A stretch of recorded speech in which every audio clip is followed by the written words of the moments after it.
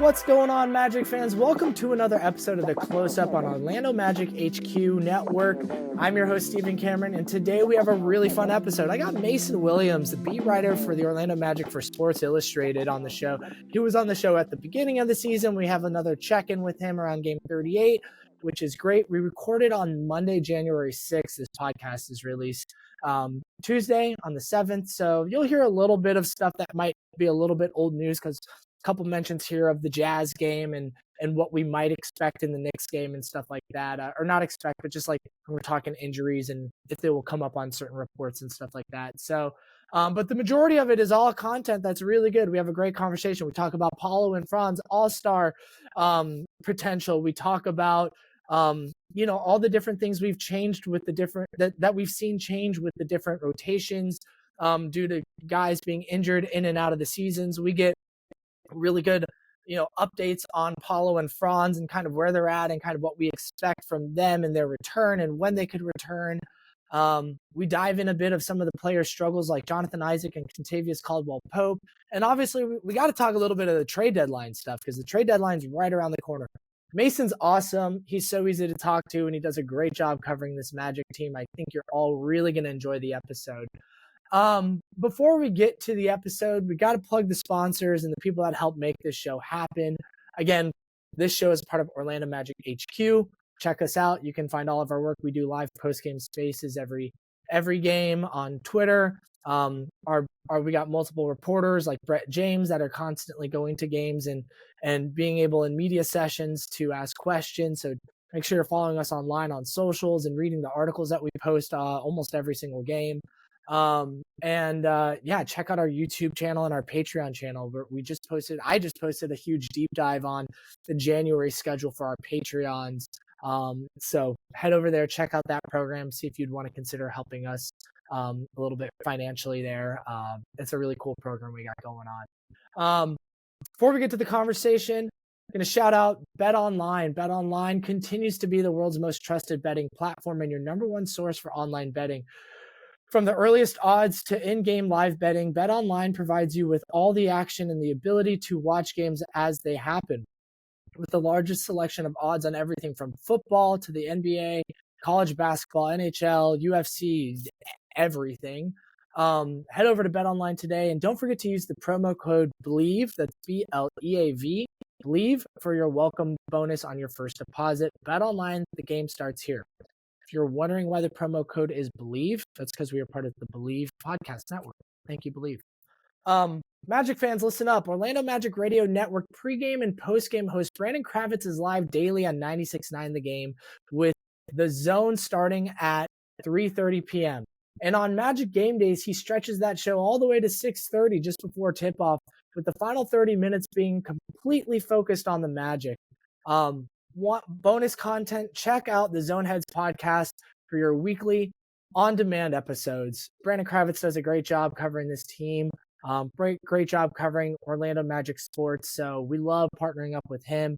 He's great. Shout out BK. Without further ado, let's get to that conversation with Mason Williams of Sports Illustrated. What's going on, Magic fans? Like I said, we got Mason Williams of Sports Illustrated. Mason, what's going on, man? How you doing today?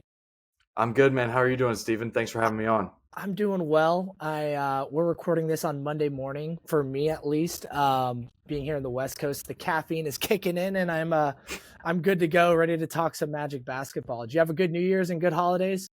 I did, man. I appreciate you asking. It was good. I had some family in town. Had some loved ones in town, so that's always special around the holidays. So hopefully you had a good New Year and good holiday season as well. Yeah, it was great. I actually got to visit Orlando for like a solid week. And of course, they had like 4 or 5 games at home, but my schedule was just so slammed. It was like the first trip in ages I didn't get to go and watch a game in person this time. I'm assuming you spent like the majority of your time with your family visiting, just bringing them to all the Magic games. Just like, hey, this is what we do here in Orlando, right? That's what we did. They did get to go to the Brooklyn game Okay, on cool.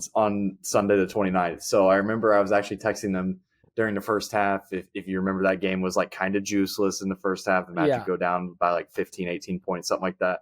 And I remember texting my parents and everybody that was there. I was like, I'm sorry, guys. Like, of all the home games this year, this is probably one of the more lackluster ones so far. And then, of course, what happened in the fourth quarter of that game happened, and they were like, "This is awesome! Like, you gonna watch this every time?" And I was like, "I mean, yeah, kind of, but you in my profession, at least, you appreciate the easy ones as well, the low stress ones. But Totally. I think we've grown accustomed to this Magic team making it interesting most of the time. So it kind of makes last night's result a little bit, of an anomaly. Just understanding that, everything else that's gone on with this team this year, how they've still fought. But yeah, no, they had a great time. I think they loved the weather as well. Of Good. course, being Yeah. the Midwest is one of those areas right now that's getting slammed with snow and everything right now. So they're texting me right now, being like,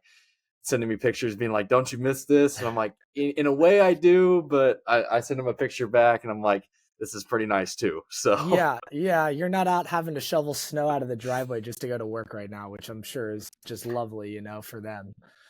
right. Man, so the Magic, it's been a roller coaster. You and I talked early in the season, but even just since my last episode a few weeks ago, I kind of took the holidays off as I was doing travel and stuff like that. Mm. So many things have shifted for the Magic, right? Guys in and out of the lineup. Jalen Suggs is out with a back spasm, back strain, however they want to word it. This team constantly is just seeing different things, new and some good, some bad. But before we get into all that, I want to start on a positive note. The other day, we saw the first release of All-Star voting, and to my surprise, both Paulo and Franz were on there. Not gonna lie, I mean, like, it was a surprise, but it also wasn't because Paulo is just a huge name in the league. But again, I was a little surprised to see how much he got, considering he only played 5 games to start the year, and then Franz had a great stretch. But again, he's been out for now almost a month-ish. So, what were your thoughts when you first saw those results come in and having both Paulo and Franz be on the be on the voting board? Yeah, I think it's obviously something that is great for Orlando, and is kind of significant and telling how people are noticing what this team does, and who Paolo and Franz are. I'm not sure if it's still this way, but I think I clicked into the All-Star voting just to see like how the whole process works, and I think the front court, like any of the position players, were sorted by points per game. So Paulo averaging 29 points through those first 5 games, although he did only play 5 games, is a big deal, and it because it gets him to the top of that list. So I think it would be tough for him to. When the returns came back, obviously he was like over 500,000 votes behind the top 3 guys. He wasn't going to be voted the starter, and as long as those guys are in the East, it's going to be tough for somebody like Paulo or Franz or anybody else to really break into that top 3, I think. But I do think the start to his season, the 50-point game surely helped as well, because that's the kind of stuff that, in a game between the Orlando Magic and Indiana Pacers, that is a league pass game for everybody not in those 2 markets. Like, a lot of the times for these, 2 traditionally smaller market teams, it takes something like a 50-point game to kind of earn that recognition. And then when Franz has the huge game in Los Angeles and he beats the Lakers, despite what LeBron and AD did in that game, and he has the game winner in 37 and 11 and all that kind of stuff, like that stuff certainly helps people take notice. And I think also as well, like with Franz, the body of work that he was able to put together without Paulo, and leading the Magic in the number 1 role during that time, I think it's just vindication that people are noticing what's going on with Orlando, that, this is a traditionally small market. It doesn't get the same media coverage as everywhere else. We all know that. But Orlando is a really good team when those guys are all healthy, and that's led by Paulo and Franz on the court. And I think that those voting returns kind of, vindicates that, like I said. So surprised to see them in the top 10? No. I think to see them that high was, I think it was definitely that's a pleasant surprise to see them, getting that much recognition still, despite their situations. So I think with the way their injuries have kind of laid out timeline wise, like Paulo is, I think, much closer to a return than Franz is. But if Paulo comes back and he plays well, we've been talking about it in the media room on the side. Like, it wouldn't be in the commissioner's worst interest to put somebody like him into the All-Star game as an injury replacement, or just to kind of be like, hey, this is a top 4 team in the East still with all these injuries, and this is the biggest name on the team. Obviously, he's shown that he was playing at an all-star level through 5 games. So not surprised to see them in the top 10, but probably a little bit of a pleasant surprise to see them that high. I feel like you know more about this, and this is kind of an organic segue to a next question I have. You have your finger on the pulse a lot more with injuries, with you being there, being able to ask questions, unlike me. It feels like Paulo could be back. The way some things are said, it feels like he could be back any game. And then there's times I'm like, he's still a couple weeks away. I'm not sure, but it feels like if he does come back relatively soon and it doesn't look like he's missed much time with his game, and he puts together a good string of 7-8 games back to back, and has good performances, like he could remind enough coaches and people like to just, he's a deserving all-star this season despite missing so much time. And like you said, the Magic are a top 4 seed in the East despite losing him. It would be good to have them have some form of representation at the All-Star game, in my opinion, assuming things don't change too much in the standings with them dropping. Now, with that being said, what are you feeling about Paulo right now, and Franz, with where they're at in the recovery? I know you just recently, I think this morning, sent out some updates about Franz, but let's just go ahead and talk about that right now. Like, what are you seeing? What are you hearing? How are you feeling about these guys? Yeah, just to go back to your earlier point about, reminding enough coaches and players and that kind of stuff. Like when you talk to opposing coaches pregame, or, they talk about the Magic's identity, but they always mention, they're like, we know they've got guys out. It's not like they're, Tom Thibodeau is seemingly convinced. I think the clip came out Saturday night. I think he was like, Powell is going to play Monday, or at least he said something that he was back. Yeah. I don't know if that's necessarily the case, but regardless, I think that they have more than garnered the respect and the admiration of a lot of coaches, a lot of players around the league. So I agree with you there that I don't think it would be a shock to see him, in a situation where if Joel Embiid doesn't play in the game or something like that, or if there's an injury replacement that's needed, or if, they're just looking for an 11th or 12th guy. Like,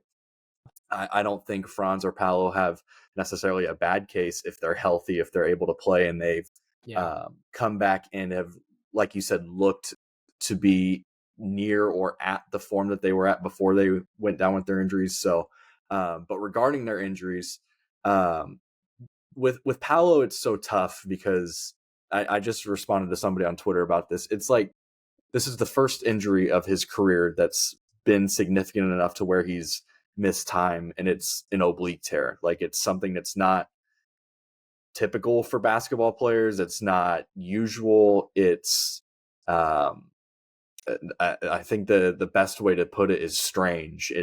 And the way the word Jamal Mosley keeps using with it, with a lot of the injuries that the Magic are dealing with right now, is it's tricky. And obviously he's been in the return to competition reconditioning phase for, I think, 5 or 6 games. The Magic haven't submitted their report for tonight in New York, but it would, whether he's listed as out still or if he gets upgraded to doubtful or questionable, anything like that, like he'll still be under that tag, I would assume. So it kind of leaves, there's not been any sort of certain timeline with either guy as to when they expect those guys back. It's not like, you see some of the updates for teams that are like, we'll reevaluate him in this amount of time, and then we expect him to have about a week or so of practice, something like that, and then get him back.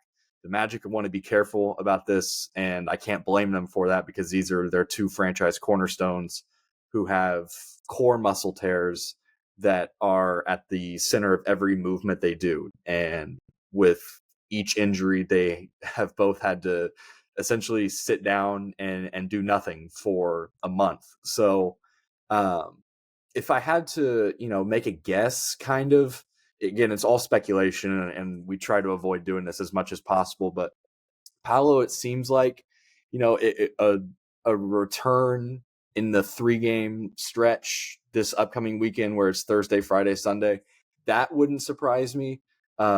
It wouldn't surprise me if he was upgraded to doubtful tonight. But again, this is, I just want to preface all of that by saying, like, it's all speculation. That's no definite timeline from the team or anything. That's just kind of a feeling you get. But again, if he suffers a setback, if he, needs another day after contact or something like that, like that also wouldn't surprise me. So the whole stance I've taken on it now is that I just can't fault the Magic for wanting to be careful about it, because it's as much important for this year for him to come back and be healthy, or either of these guys to come back and be healthy, as it is the future of the franchise and the upcoming years, because they're that important. They are that talented. They are that skilled, and they have that much gravitational pull on, the ceiling of what this Magic team can accomplish. So,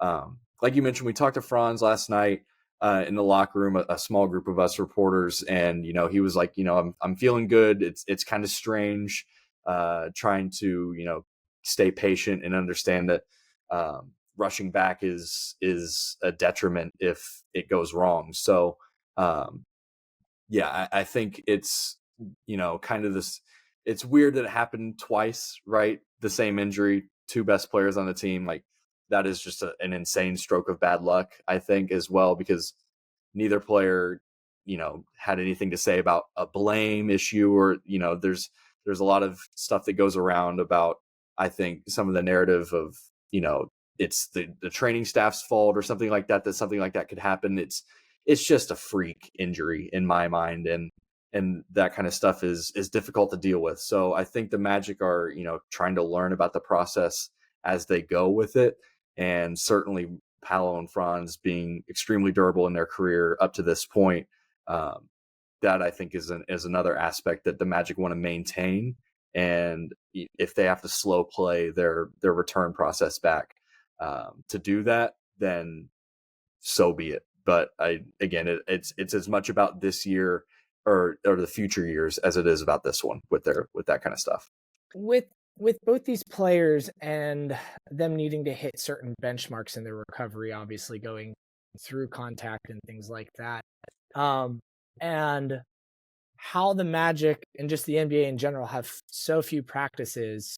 I did a deep dive on the schedule for our Patreon program for this month just yesterday, and I'm like, wow, the Magic don't really have any like 3 or 4 day off stretches this entire month. It's pretty much like every other day, or there's like a travel day, things like that, right? So how are these guys able to, with having, I mean, I'm sure there's going to be a practice in there that I didn't have the practice schedule up in front of me, but like, how can they pass these benchmarks with so limited practice opportunities to pass the benchmarks? Do they have ways of simulating contact for them on their like rehabilitation days, or when they can practice but the team can't because of it? Like, how can they get them to pass these benchmarks with so limited opportunity to have a team practice? Yeah, a lot of that stuff comes in the shoot arounds, and when they do have the rare-ish practice time at home. So I think the time at home, getting to spend 3 weeks essentially from the first week of December all the way through the end of the year in 2024, that was probably very beneficial for the Magic because they are around their own equipment for rehabilitation. They've got the 2 practice courts. They are, everything that they need is right there at their fingertips. When they go on the road, it gets much more difficult to find court time because you're trying to get to these different cities and you're trying to still get rest in and make sure that you're taking care of your bodies just for the players that are playing, let alone some of those guys that are out right now. So it's definitely a much easier process to simulate at home. So the Magic having the back-to-back last night and tonight is tough because they come in and with Friday coming back from Toronto, they didn't practice, and then because of the early game, the 6:30 tip off Sunday night, they didn't have a formal shoot around.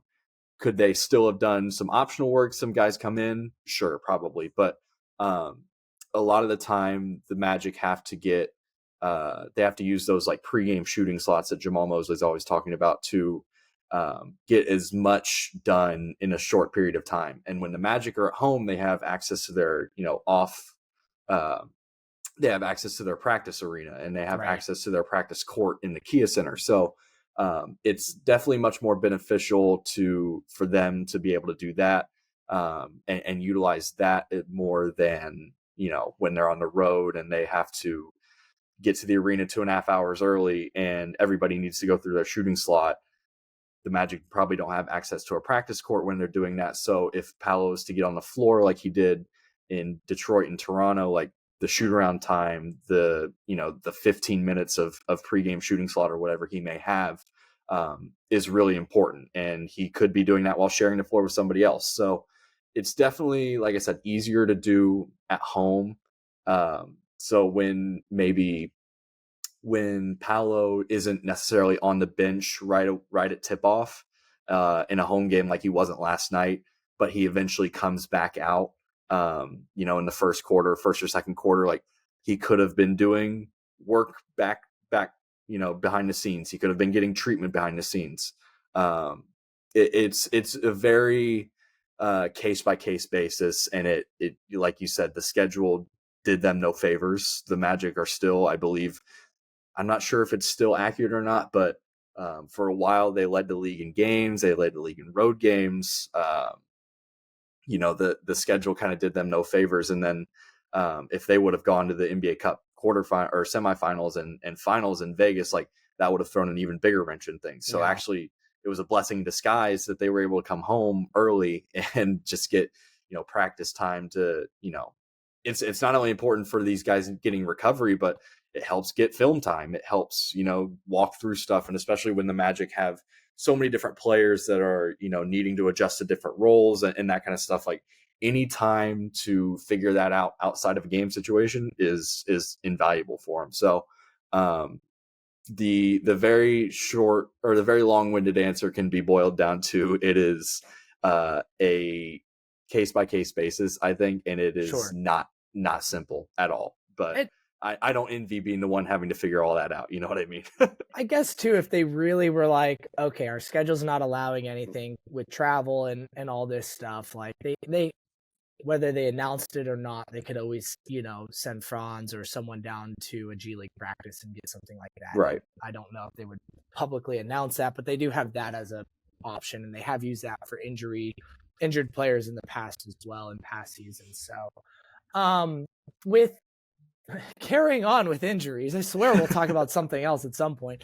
Jalen Suggs is out. They haven't really given us too much information other than, back spasms, back strain from what we've seen on the injury reports. There's been no real timeline. We know he's going to miss a bit of time, but I think, not really needing a full update on Jalen right now. But my bigger question is, what have you learned that's been surprising or unexpected about this team, in the few games we've seen them without Jalen, with, they've been out without Mo Wagner on the second unit for a few weeks now. Obviously, they haven't had Paulo and Franz. They've just kept having to bring in these new guys. Like Trevelyan Queen, a two-way player, has been playing consistent rotation minutes for the Magic right now. You're getting our 13th, 14th, 15th guy on the bench, and Caleb Houston and Jett Howard and Corey Joseph is even playing minutes and stuff like that. With all the different changeups that we've seen, what is something that you didn't expect that kind of surprised you with all the ups and downs? The next man up mentality is obviously something that the Magic preach a lot, and it's that they're not unique in that everybody is going to say something along those lines when they start missing players due to injury. But at some point, there needs to be a man available to be the next man up, and when you start looking and see, okay, there goes Paulo's 29 points a game, 29, 8 and 5. And then Franz is 24, 5 and 5. And then Mo is, like 13 points a game, but per 24, it's like one of the best rates in the league. And one of those, or like per 36, something like that, by all those, metrics of if they needed him for larger amounts of minutes, like he was going to continue that production. So, and then Jalen, had it tough enough being the number one option without a lot of those guys, because the way his offensive game has had to evolve and the kind of shots he was taking before he went down, like he is meant to be, when this team is operating at its best, the tertiary option besides Paulo and Franz, and those guys do so much to help set him up for offense and to get good looks. And they draw so much gravity, so much attention from opposing defenses that, sooner or later, these opponents start crossing off names on the scouting report of guys they don't have to worry about that night because they're not available. And a lot more attention starts going to guys that aren't seeing that sort of attention normally. And it's a really tough adjustment. And Jalen, a few games ago, gave like some really good insight into, it's been a really cool experience for him, but it's been a really challenging one as well. Sure. That has forced him to grow and has forced him to learn a lot about who he is as a basketball player. So I think what's been the most surprising thing to me is the fact that they're 5 and 7 without Franz and Paulo both, and then they lose Mo to a season-ending injury. Like at least with Paulo and Franz, like they're coming back. Mo is not coming back this season, and there's probably a good chance he's not ready by the start of next season either. And Jalen has kind of been, beaten and battered, but he almost had to just keep playing because of everything else that was going on. So you can kind of look at him having some time off here as maybe a blessing in disguise as well, even though, now the Magic are without their top 4 scorers right now. So most surprising would probably be the way that they have continued to gut out results.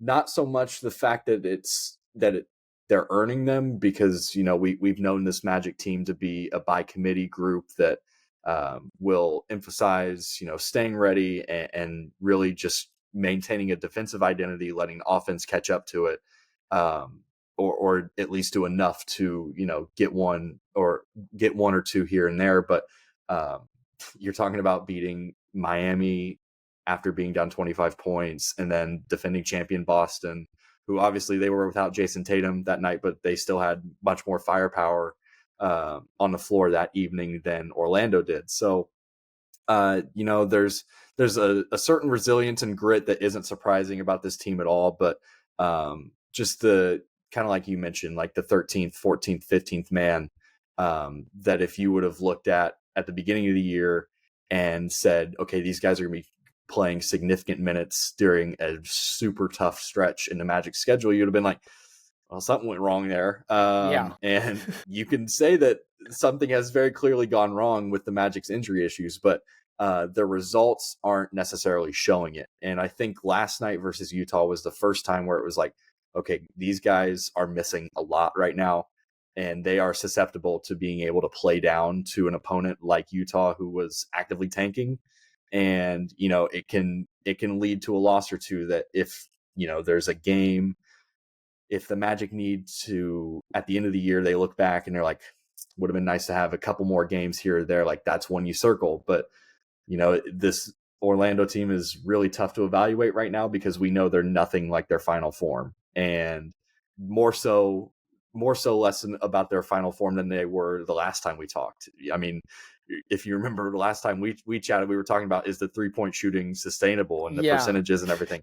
Clearly it was not. Nope. But the way those looks have started to come about, the complete chemistry and makeup of how Orlando's 3-point offense, of how their just their offense in general operates right now is so different to what it was 20 games ago to 30 games ago. And it'll take an adjustment period once those guys get back as well. So that would probably be the most surprising thing, is just who they're getting the contributions from. But at the same time, like, they have no other option. If they're going to get contributions from anybody right now, that's who it has to be. It has to be Cole Anthony. It has to be Tristan da Silva, who has been a rock steady rookie for most of the year. And he'll have his ups and downs, but if his ups are enough to win you a game without 3 of your top 4 players, sometimes 4 of your top players, like, that is I think all you can ask for Orlando right now. So to stay afloat right now is something I think that has been very commendable. I don't think Jamal Mosley's getting enough credit. I don't think his assistants are getting enough credit in that sort of breath as to how Orlando has stayed above water, or at least treaded water for the time being. But there's part of me that thinks they're about out of gas, and they're going to start to need some of these guys back sooner rather than later, because that's just the nature of what this league requires to be one of the better teams like the Magic want to be. I mean, they're missing their 4 top scorers. Like, right. They're, and 2 of their best defensive players, and Franz Wagner and Jalen Suggs. But I think it really shows why the Magic front office draft and bring in players the way they do, that are so defensive focused. I know, as a lot of Magic fans and even us sometimes are like, let's get some offense in here. There's reasons why, because defense is so much easier to plug and play. And when you are down or need another man, they can just throw this other guy like Trevelyan Queen out there that can just hassle guys on the other end and continue. I mean, they're still a top 3. I think they're like 0.2 away from being top 2 again.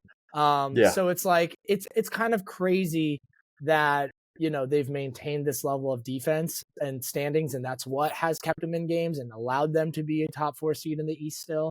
And it speaks to the identity of why they do what they're doing draft wise and free agent wise, and bringing in the certain players that they are bringing. So I think I share a lot of similar sentiments to you. It's been cool to see certain guys step up, like, the Jazz game last night. We're saying this last night. Listeners are going to be listening to this on Tuesday when this releases. But during the Jazz game, we saw Jett Howard have 21 points, which was really cool. Also, shout out 0 fouls in 25 minutes for Jett Howard, which is really good. It's a big deal. It's a big deal for him. Everyone was saying, defense is his issue. I thought that was really cool. We got to see some playmaking out of him last night with driving into the paint, kicking out. He had a sweet pass to Wendell Carter Jr., who was cutting to the basket. He did some really nice things last night. But you're right. It's like every night we're seeing a little bit of something here. We've seen Cole have some fantastic closing to games in the fourth quarters. I think he's leading the league right now in fourth quarter plus minus, which is kind of wild. Like that. Something crazy. Yeah. Which granted, he's only kind of been good in the fourth quarter. So I'm just, sorry, Cole, I love you, but let's just kind of call a spade here for a second. But yeah, it's been really cool to see all that as well. Mason, I want to talk about a couple of guys who I think we all expected to be a little bit more consistent, but in my opinion have been a little bit underwhelming or just kind of unnoticeable on certain aspects of their game. That's Jonathan Isaac and Kentavious Caldwell-Pope, and we can break them down in different ways. Maybe we'll just start with Jonathan Isaac. He's been uninspiring this year. I'm just going to say it from my perspective. There's games where he looks really, really good defensively.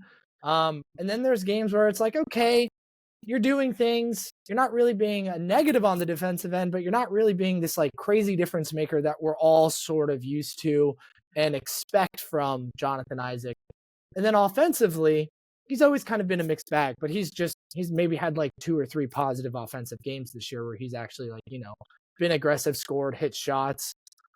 What's going on with Jonathan Isaac? I know we kind of got like the reports at the beginning of training camp. He put on this extra strength and muscle.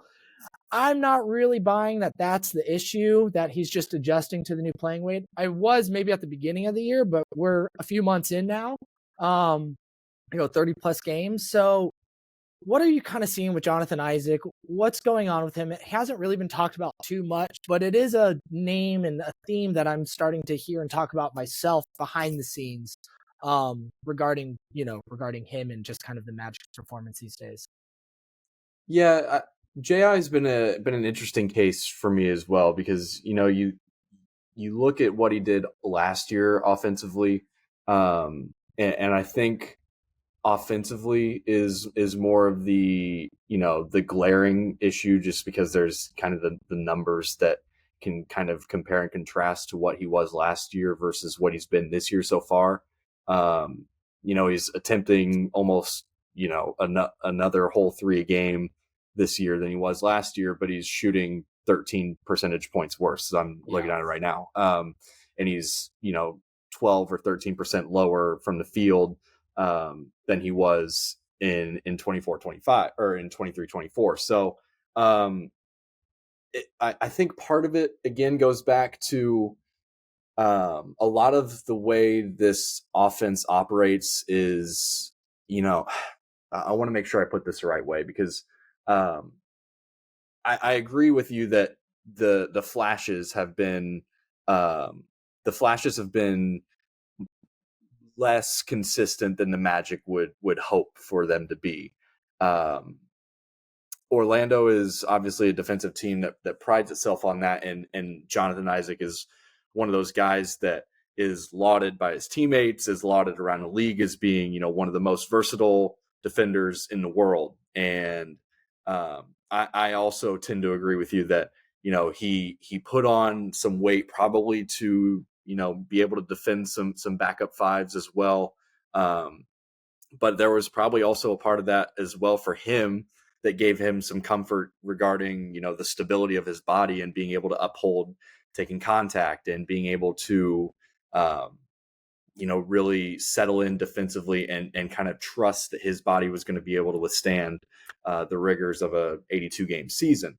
And he's played 31 games this year, and that is already the third most or the fourth most of any in his career. He's been available, and that I remember him being that being something he said on media days, like, my best ability to this team is my availability. Now, granted, defensively, does the added weight maybe take away some of his versatility in guarding, quicker guards and some of the smaller players on the perimeter that he sometimes gets switched on to? There's probably a case to be made about that a little bit, but I just am not sure exactly. It's just an interesting. It's kind of confusing a little bit, and I'm not sure if Isaac himself or if Mosley would be able to pinpoint exactly what's been part of the issue. So I guess my personal perspective on it would be probably that since he's not an on-ball creator, it is probably also a little bit of the result of inconsistent guard play as well. Yeah. And he obviously, because he's a good cutter and stuff too, and we're just not seeing that much right now. I didn't mean to interrupt, but I just like no, you're all good. It's one of those things where it's like we've seen him be able to be more aggressive at cutting to the basket, being a lob threat, and we're just not really seeing much of that. He is kind of taking a few more shots from the outside, which we want him taking those shots. We want him hitting those shots, but he's not really hitting them. So it's just, I don't know. It's just been weird. I don't know how else to say it. I think what I'm trying to get at here is it's probably a microcosm of the way the Magic offense can struggle from time to time with it seems like there's periods this year where it gets really stagnant, and the movement away from the ball is kind of a lackluster, not there as much as maybe the Magic would hope for. But I don't know if that is a result of them having played essentially their entire season without their best offensive threat. Sure. And he wasn't necessarily sharing the floor with a guy like Franz Wagner or anything like that, because Franz has obviously always been in that first unit. So I do think there's something to be said there for his offense, but I think it can also be tracked down to the inconsistency of Cole Anthony in his fifth year, in Anthony Black having kind of an up and down second season, which is again probably more to be expected with Anthony as he develops, because Markelle was around last year to be kind of a true point guard for the second unit as well. And that's a big role that AB has stepped up into this season, to essentially be the second unit's lead ball creator or lead offensive initiator, and it shines through. There's a lot of good flashes with him as well, but like we just mentioned, like there's also been some up and down moments with him as well, some variance. But you want that in a way for a young guy to be able to grow. It's a little bit more frustrating, I think, with Cole, because he's been around for so long now. He's one of the longer tenured players on the team, and to get the kind of variance that they have had from him this year is tough. It can be whether or not, if you're counting on him to be at his best version of himself every single night, and he's not doing that from time to time, I think that makes it a little bit tough for the offense as a whole to kind of operate around that, because with him bringing the ball up, you need him making the right decisions. You need him making, the smart choice, shot selection wise or pass wise. It's, I think, probably a combination of multiple factors, but I don't think he's alone in it. But no, I think it is something to kind of monitor, as we are 31 games into his season. The Magic are playing game 38 tonight. Like the halfway point of the season has kind of got here really fast all of a sudden. It has. And the Magic aren't a final form by any means, like we talked about earlier, but they would certainly like a little bit better and more consistent play from JI for sure. You bring up a good point that I don't think enough people talk about, with how much change has happened with this team. Not necessarily new players, but new players in different rotations being asked to do different things.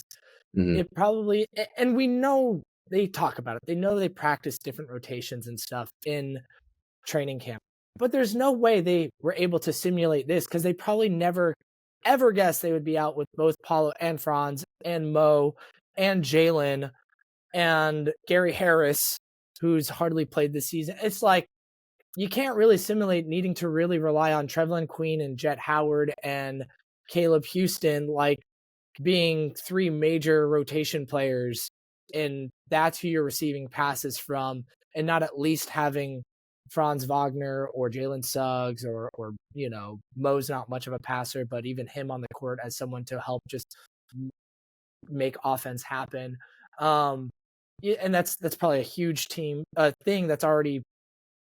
that's a huge aspect that's probably really affecting a team that was already going to struggle offensively to an extent in the beginning, right? We knew offense was going to be hopefully improved, and it looked improved from the start when everyone was healthy for those first 5 games. But, we knew it was always going to be a little bit of a struggle.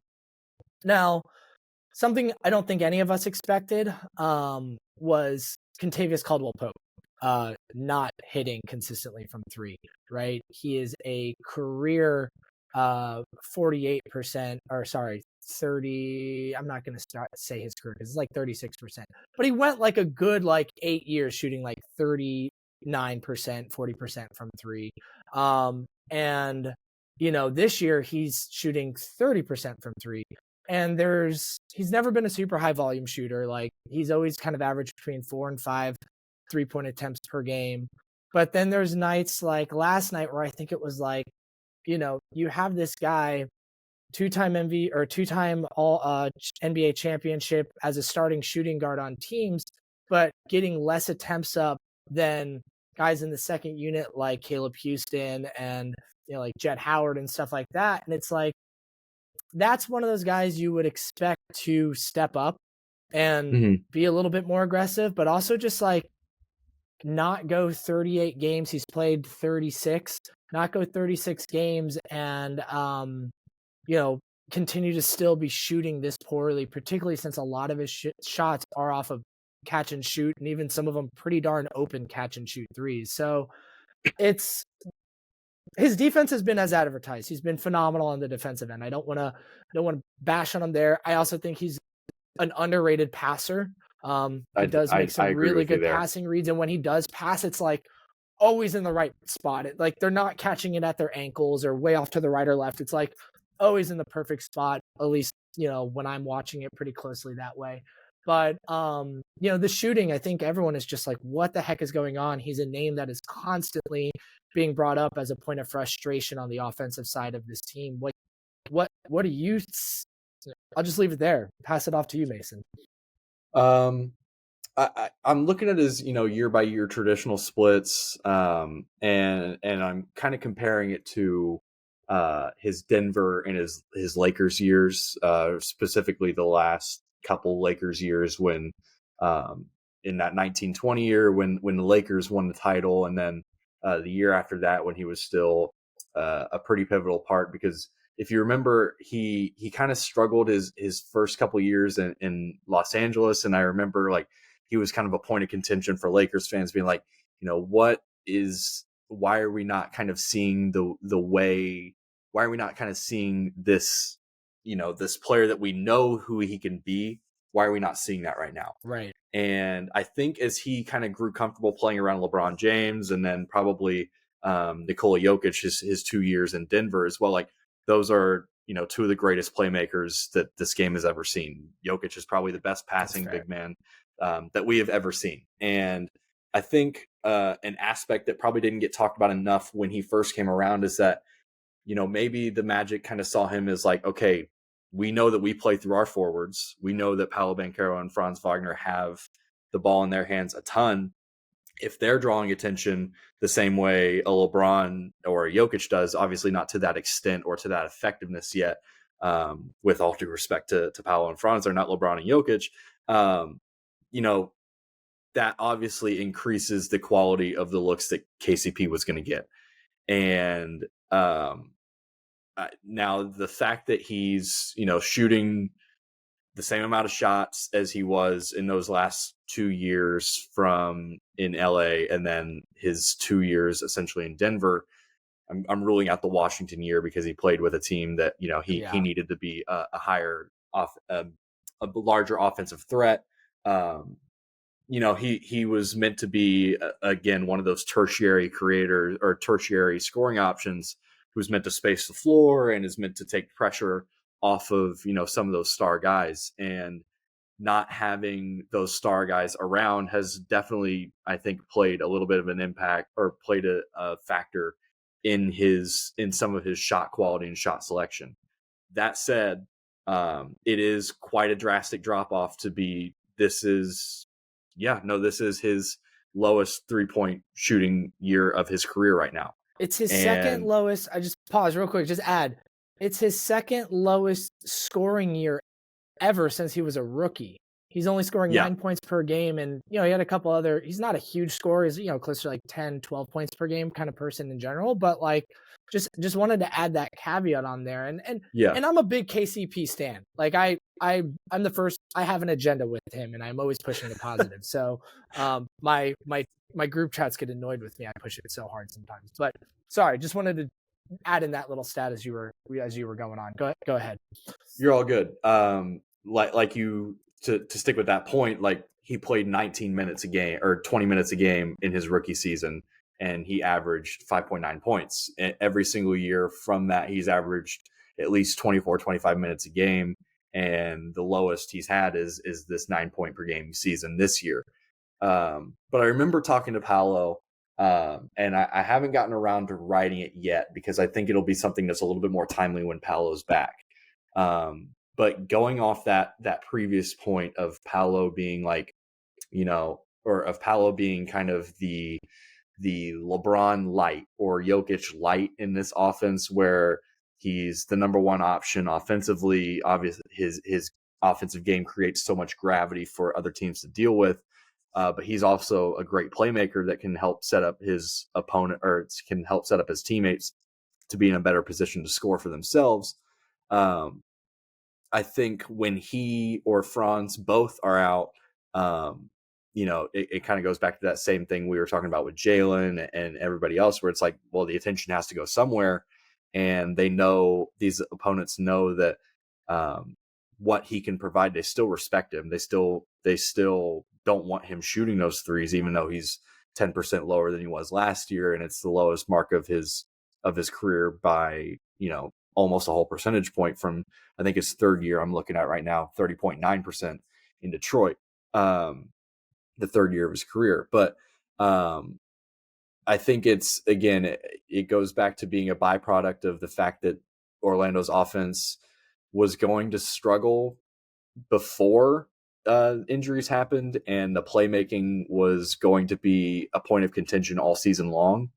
And now that for sure the two best playmakers in Paulo and Franz, and then you can make the argument that Jalen is the third best playmaker on the team, he or Anthony Black. Like either way, they're both out right now, and a lot of you're seeing KCP having to take like leaning mid-range shots, or he's having to come off DHOs and put the ball on the ground before going up with a shot. And he's not always been a catch and shoot guy in his career. Like he's had an element to his game where he can run and stop and pop in transition. He used to do that with Denver a lot, where he would, he would run the break and he would get to his spot and he could elevate and knock down shots. But he's absolutely at his best when he's being set up in a catch and shoot opportunity.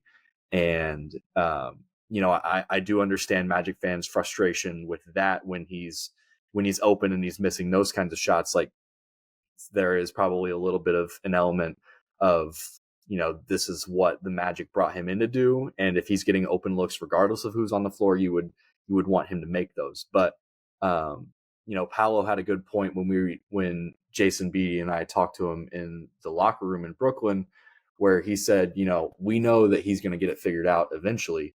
We know that he's a career 40% shooter. So at some point, these makes are going to come, and it's going to come in a flurry. It just hasn't happened yet. And again, we get to the point where it's, the halfway point of the season comes games wise, I think at the end of this homestand this weekend, this upcoming weekend, but there's still internal faith in the team that he's going to get it figured out. Yeah. Like you mentioned, the defense has been as advertised. In the first half against Utah Sunday night, like he was all over Colin Sexton, and then they had to switch him off because somebody else was getting going, and that's when Sexton finally got going offensively. But I remember it stuck out to me, and Colin Sexton's not the only opposing guard that's met that fate. Like KCP takes the best matchup on a night-to-night basis for a reason, because he is still such an elite perimeter defender that it accounts for, you at least know if he's not going to make his shots, like, he's going to play well defensively and still bring something to the floor. And that can't be said about everybody else on the team when they're not hitting shots, but KCP is one of those guys where it's like, okay, his defense is going to give you guys a pass. So, I think offensively, again, it goes back to being a byproduct of the struggles for playmaking that Orlando is just kind of searching for right now. I would be interested to see what he, does in the first 10 or 15 games when Paulo's back or when Franz is back, that kind of stuff, to see if it maintains, because then I think that becomes the much larger point of contention, being like, okay, the playmakers are back. The offense is back to what they envisioned it being in the first unit. and if the shot making isn't there after that, then I think that's the real point of contention. I know it's tough to be patient with these guys because, it's an 82 game season, but every single game feels so important with this Magic team right now. And not getting the consistent results in some of those games from guys like KCP or something like that is frustrating. But he also was not brought in to be the second best scorer on his team, and that's what he's having to be right now. So it's a combination of a lot of things. Going back to the JI point too, like, even though he doesn't start with the guys like Paulo and Franz and Jalen, like when they can stagger those minutes and have one of those guys on the floor to kind of help steer the offense and go back to a 9 or 10 man rotation instead of having to go 11 or 12 deep into the bench when they're available, I think that plays a factor in it too. So I'm talking in circles now at this point, but I think it just goes back to being by committee and being a product of the struggles that Orlando's offense has had as a whole. It's, talking in circles, but it's good reminders and it's good things that we all need to hear. Right. And it's, I haven't seen anyone start to, like, as far as from my perspective and my, involvement with reading the tea leaves of the team, I don't feel like anyone's, like you've mentioned, no one's gotten tired of KCP and his struggles. They all have faith that he's going to be a vital piece to them defensively and offensively, in the later part of the season and the playoffs and stuff like that. And, you won't find a bigger KCP stan than I am. But it's still, it's been frustrating because you'll see 2 or 3 game stretches where it's like, sweet, you're shooting 38 to 45% from 3 for 3 games in a row. And that's what we need, going, 2 of 4, 3 of 6, just, hitting shots, never any crazy volume, but hitting them. And then you have games like, last night, I don't remember the box score exactly, but he hits like 1 of 5 or something like that. And then we'll do that for 5 games in a row before we see the next good one. So it's been a little frustrating as the stand. Now, Mason, we've been talking for quite some time. We're going to wrap this up, but we do get a little, some trades and moves are starting to happen in the league, and trade deadline is like a month away right now. So let's take a few minutes and talk about this team and maybe what we could and could not see with them. Now, in general, I think had we seen this team healthier, maybe not even fully healthy, but just healthier, the front office might take a different approach than maybe they will take now. They're probably not going to make, in my opinion, any aggressive move to upgrade a starter because they just haven't seen the starters together. I'm hopeful they kind of have enough data to maybe make some changes in the second half of the team. But I also know this front office is conservative, right? But I think we can all say, well, cool, we got 5 years of data of Cole Anthony being a very inconsistent player. We have a long multi-year history of Gary Harris constantly being injured, and another year of just tons of injuries for this guy. Are there marginal moves they could make that could improve those types of spots without really shaking up the roster too, like the culture of the team too much? And I guess I'm not really sitting here asking you for, hey, what kind of trade, like what trade targets are they getting at? Because I don't think we really know. But like, what are your kind of vibes around this team with the trade season coming up? I don't really think a lot has been asked yet of media to the staff and interviews yet, but you're there every day for the most part. You go to all the practices, you go to all the media sessions, and we know there's questions that do get asked off camera as well. What are the senses you're picking up? I get the sense that I know reports have come out that they're linked to, they've, inquired about a De'Aaron Fox, or, they've been linked to a Cam Johnson or guys like that. And moves like that would be very splashy, I think, in my opinion. And I just don't know if this is the season where it happens like that, because we've been talking in the media room where it's like getting Paulo and Franz back is better than anything they would probably realistically get Absolutely. at the trade deadline. Now, does that make everybody excited to hear that? Probably not. It's consistent, it's staying pat, and it's also continuing the theme of continuity. And we all know that this Orlando team is very tight knit. It is, bound together like, two birds or two peas in a pod. Um, these guys truly enjoy being around each other, from the sense that I get being in a locker room, from, everything that we hear about, these guys when they're on the record, everything like that. Like, it's truly, it's such a cliche to call it a brotherhood, but that's how they refer to it. And Mo the other day, when he was meeting us after his ACL tear, and kind of talking about how his teammates are brothers, but like, yeah, they're teammates, but they're friends first. Like, he views them primarily as his friends.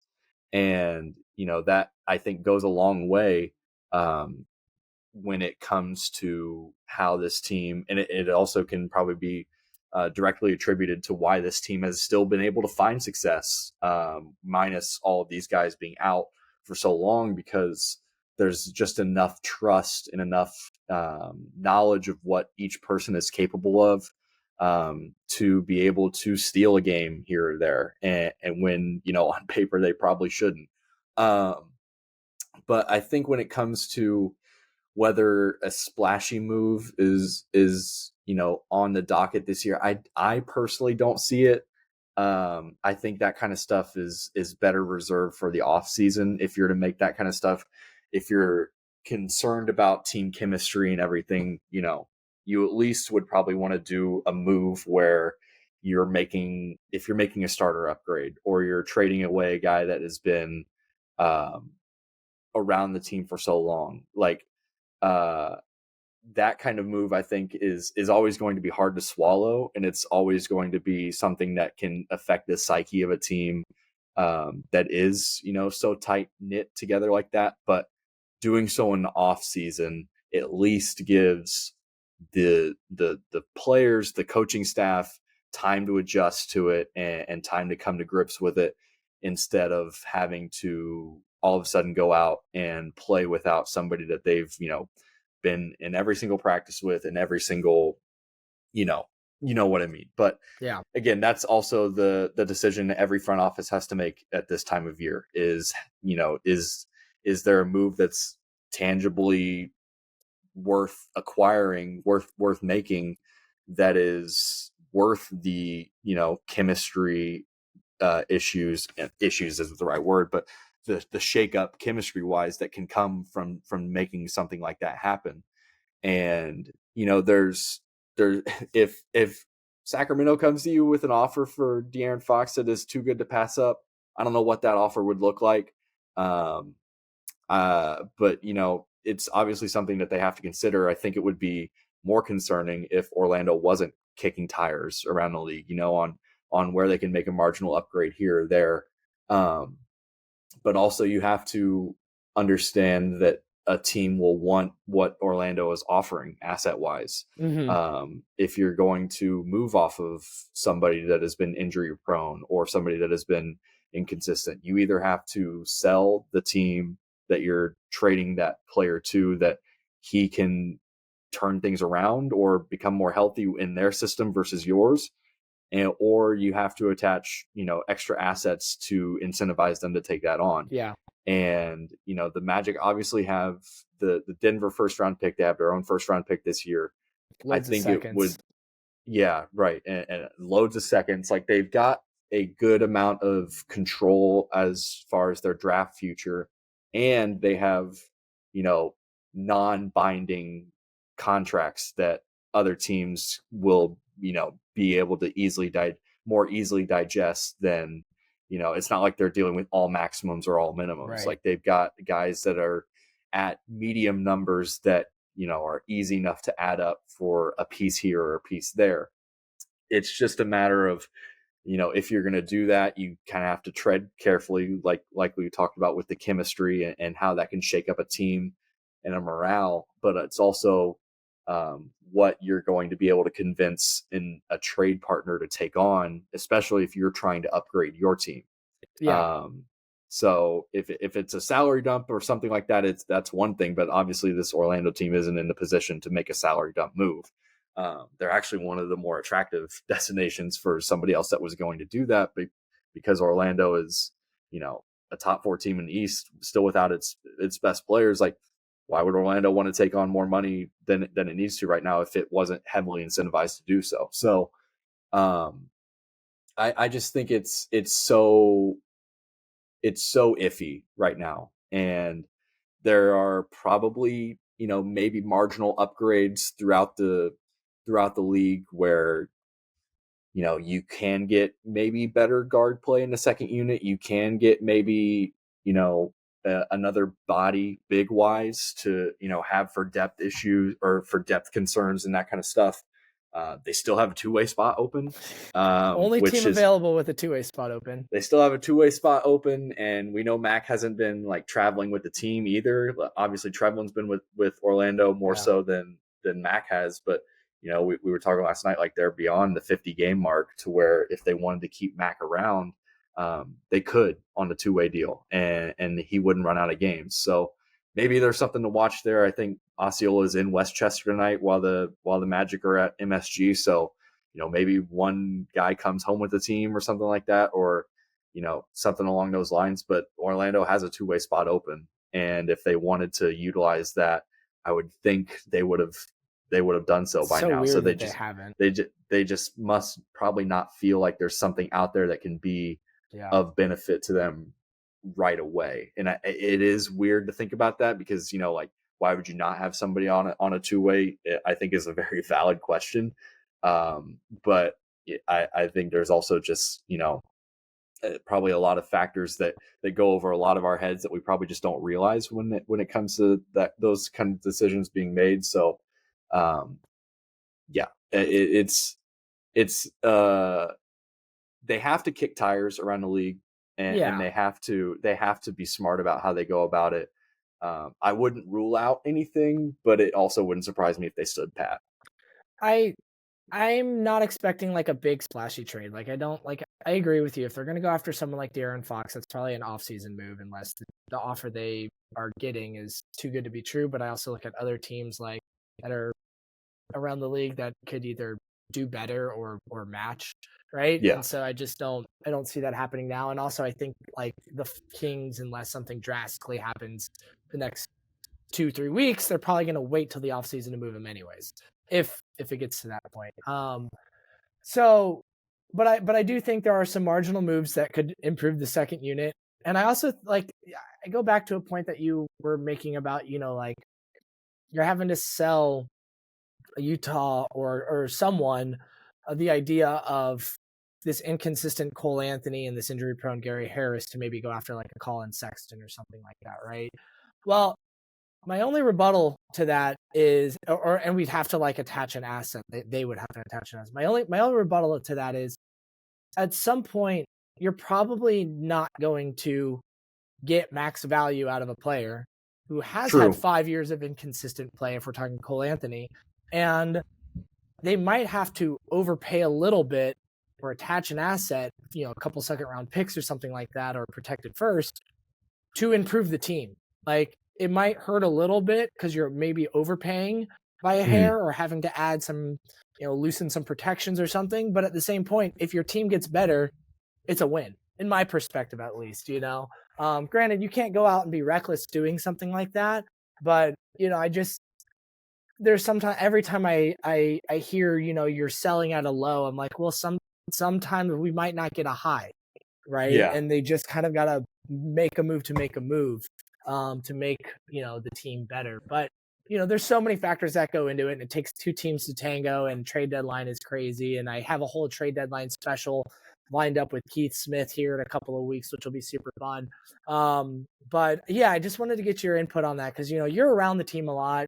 You pick up the vibes and the things that are not said at media and on the court and stuff like that. So it's always good to just kind of get a check on that kind of stuff. So Yeah, Mason. I think there was what I'll Oh just yeah, add one more go thing. ahead. Sure. I think, this next 6 months or so is probably some of the most pivotal times the Magic franchise front office wise has had in a long time, because the kind of money that is going out to Jalen and Franz starting next year. And Paulo Bencaro is going to get a supermax extension as soon as he's eligible this offseason. Um, it is you're entering territory now where obviously the CBA is not kind to these teams that are homegrown, organically built, and this window the Magic have before they have to start paying all three of their core guys um, to improve is super vital when it comes to how long their window can be open once their window's open, to prying it open wider in the first place. Um, there's a lot of stuff that has to be taken into account with that, but the Magic have done, for the most part, a genuinely solid job of evaluating draft talent, especially being able to find guys that late in the first round last year, you find a guy that's instant plug and play, and now he's one of your most important rotation players, because everybody else has been hurt. Um, and they've done a solid job of developing most of their talent as well, with the exception of a couple guys. But realistically, you look at guys like Jet Howard and Anthony Black and all these guys, like, AB more so than Jet, up until this point, like, has shown more flashes of development, and Jet last night scoring the 21 points is obviously a huge key for him. That was his new career high. So, but what you've made of Paulo, what you've made of Franz and Jalen. Like, you've turned these guys into max contract guys, into $30 million a year guys.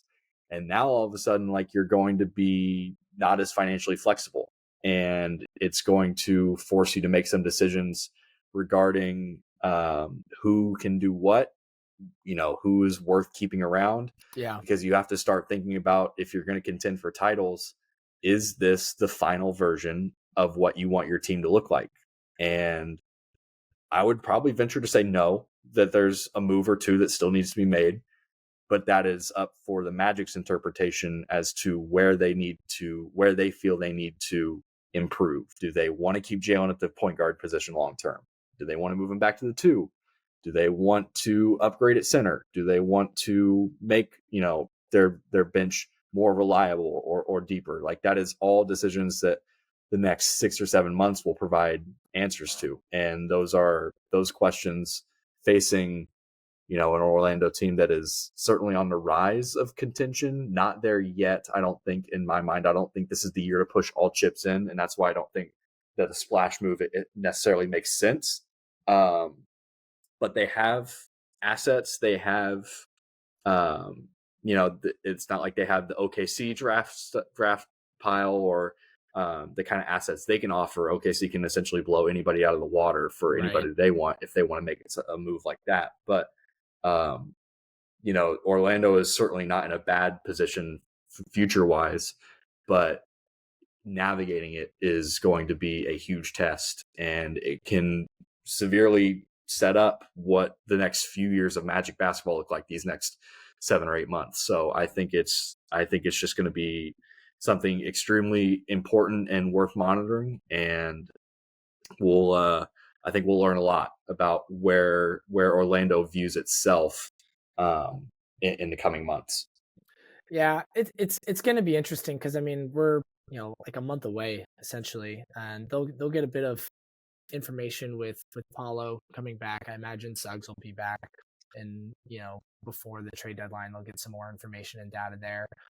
Things will fall a little bit more into place organically with how they view the team and whatnot. But also, like, they do got to keep in consideration that their salary cap is going to be a lot more challenging to navigate with adding players, even this summer, when you're dealing with Franz and Jalen Suggs new extensions kicking in and making things a bit tighter. So I do agree that this is the time, probably not the time to go do big and something splashy, particularly with the starting unit. But I'm also like, you're going to upgrade something in the second unit that is not just a $5 million player and closer to maybe in the teens. Like, you kind of got to, the window isn't huge for that kind of move Right. forever, Because once these contract extensions kick in, right? exactly. That was the point I was going to make.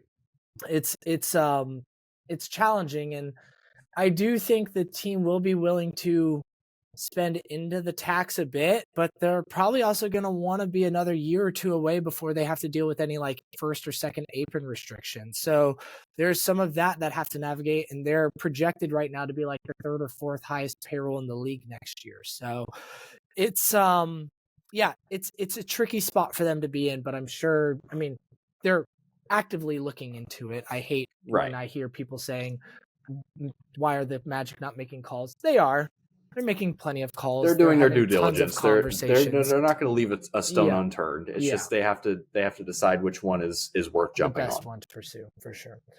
Well, Mason, we've covered a lot of ground today. I feel like every time I schedule roughly 45 minutes for my guest, at least with you and I, we have a record of going over an hour by a significant margin. I believe our first conversation was around an hour and 10-minute mark as well. This one is about the same. I really appreciate the work that you've done. I've appreciated that you've supported us as well over here at Orlando Magic HQ, and it's always fun to collaborate on a podcast together, and I'm looking forward to doing it again later this season. I'm sure we'll get one in another month or so. Go ahead and remind everyone where they can find you and what you got going on.